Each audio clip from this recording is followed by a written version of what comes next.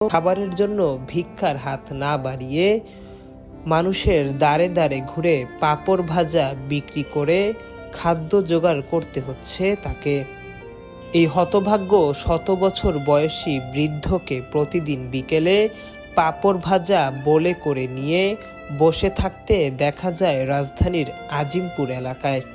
কেউ কেউ পাঁপড় ভাজা না কিনেও খুশি হয়ে এমনিতেই টাকা দিয়ে যাচ্ছেন তাকে।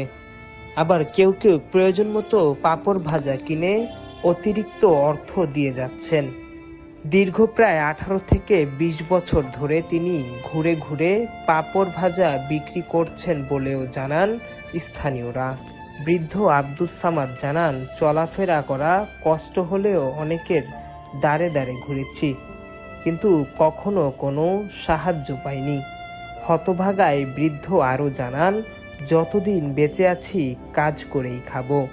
এই বয়সে সে ভিক্ষার থালা হাতে না নিয়ে জীবন সংগ্রামে রত আছেন।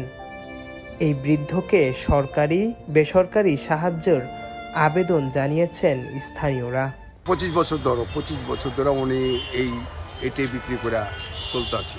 এখন বৃদ্ধ বয়সে যদি ওনারে কিছু একটা তোমরা ইয়াং বয়সের ছেলে পেলে যে কিছু করে দিতে পারে, এর জন্য আমরা কৃতজ্ঞতা জানাবো। আপনার বয়স আরো কিরকম হবে?